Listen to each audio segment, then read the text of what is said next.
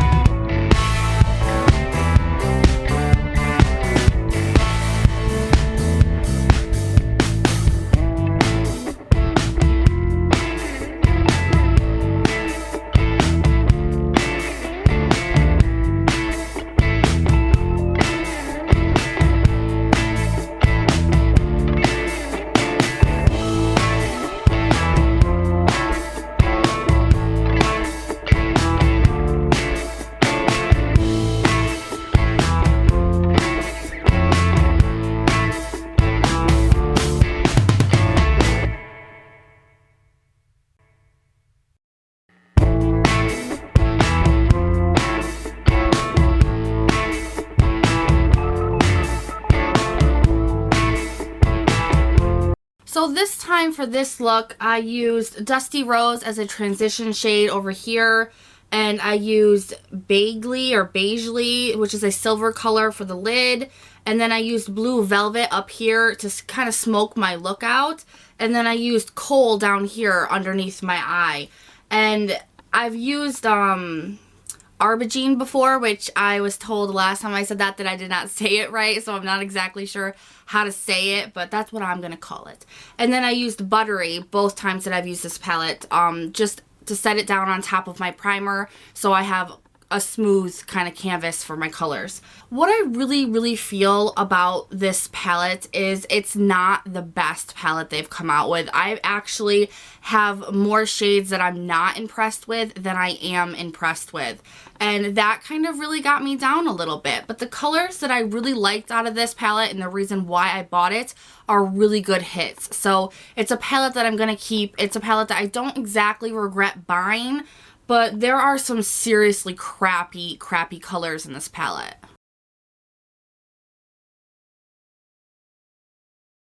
Now to talk about the colors that I don't care for, the first one that I just really was like, what, was Blue Velvet, and that's what I used to smoke out my look today. It was patchy. It was really hard for me to blend. I had to cut out like 20 minutes of me sitting here blending and blending and blending. Once you put it down, it does not move, and then it takes forever to get it to blend out. Even the swatches were patchy, and I did not like that.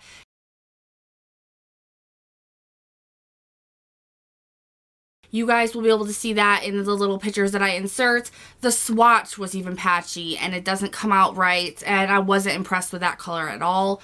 And then Coal here is the same way. Now, swatching it, it's the same as the Blue Velvet. It was patchy. It was just not like any other black they've ever had in their palettes before. There are other blacks from like the Tamana palette or the Amrezi palette. Those were really easy to blend out. They were nice swatches. This was patchy and chalky. Both of them were very chalky, and I didn't really like that. But when I went to blend this out under my eye, it was fine. It wasn't like the Blue Velvet. It wasn't as hard to blend.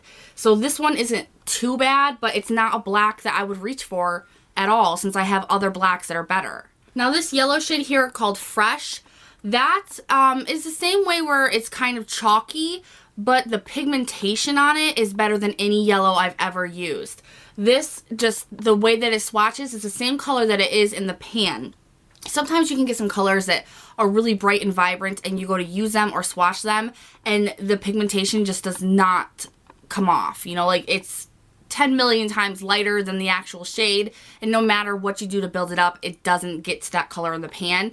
This is not like that. That yellow comes right out the same color that it is in the pan, but it doesn't swatch that well. You know, it's nice, but I have to work with it really to see how it is.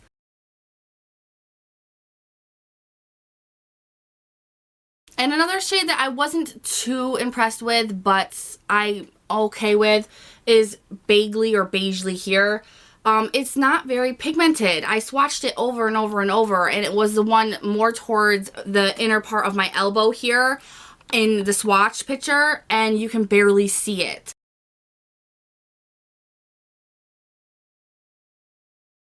And I mean, you can see this buttery skin tone color better than you can see this one. And I tried to build it up and build it up and build it up, and it just wasn't showing it. It has a very nice sheen to it, but it just wasn't showing it very well at all. Now my favorite shades out of this palette would have to be Dusty Rose. This is just a beautiful color that I want to use all the time. I absolutely love it. It swatches well. It's very smooth. It's really great. I really like that one. I think that this might be one of my favorites out of the palette. Now Unicorn, I really do like. It's a little tiny bit patchy, but it's got like chunks of glitter in it. I like the uniqueness of the shade. I don't know how much I'll use it, but I do like how it's unique. I don't have that color in any of my other palettes. Now, Baby I'm a Star and Orange You Fancy are two of the most gorgeous colors out of this palette. These two and this Dusty Rose just made the whole palette for me. Absolutely made the whole palette. Baby I'm a Star is like a chocolate brown, and it has like very big chunks of gold glitter in it, and the chunks do come off onto your skin when you're using it. And I really, really like that. I think it's so beautiful. I don't have any shades like that at all in my collection. So I'm really excited to have this shade now because it's so pretty. And browns go with almost any color that you're looking to use. And it's just very resourceful for me. Like, I really like this color a lot.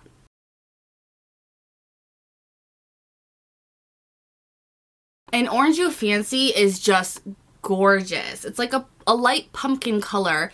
It has a sheen to it. It's very smooth, very easy to use, and I just can't wait to come up with a look using that. I'll probably use Baby I'm a Star and Orange You Fancy together. Now, altogether, from what I'm seeing, there's about 5 mattes in here. Dusty Rose, Buttery, Blue Velvet, Coal, and Fresh are all mattes. And then the rest of them are like velvet, shimmery, chunks of glitter kind of types of shadows. And I like that there is an array of different colors of mattes because I'm a matte girl and I like that, and most palettes only have 1 or 2, and they're normally colors that you can't use for anything. So I get a lot of use out of the matte colors that are in this palette. Now, I really, really like the brush. When I hauled this, I told you guys that I thought that this was why the palette costs $1 more than they normally do. It has a different brush head here, which I use for an inner corner highlight, and it just gets right in there where I need it to. And then it has a tapered blending brush at the end here. And before, they had a big old chunky kind of just lid kind of applicator for your eyes. And this actually comes with a blending brush, which I think is so cool. If I had known that this palette was going to come with this, I wouldn't have bought my last blending brush that I bought, the little tapered blending brush, because this is the same exact thing. So I really like how they stepped up their game for the brush with this palette. I think that it is completely worth the $1 extra, and it adds to me loving this palette. So, the verdict, whether I would recommend this palette or not, I would have to say it really, really depends on you, on your collection, on the type of shadows that you like. If you're looking to buy an Anastasia Beverly Hills palette and you just don't know if this is the first one you want to purchase, I don't think that this would be the first one to purchase.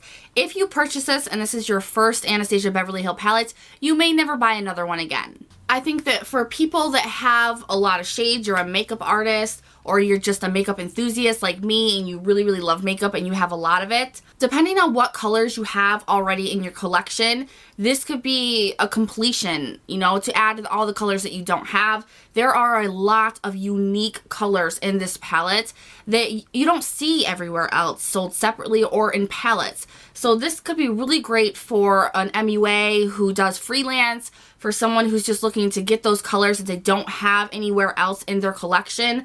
This would be great for you. It would be a great addition.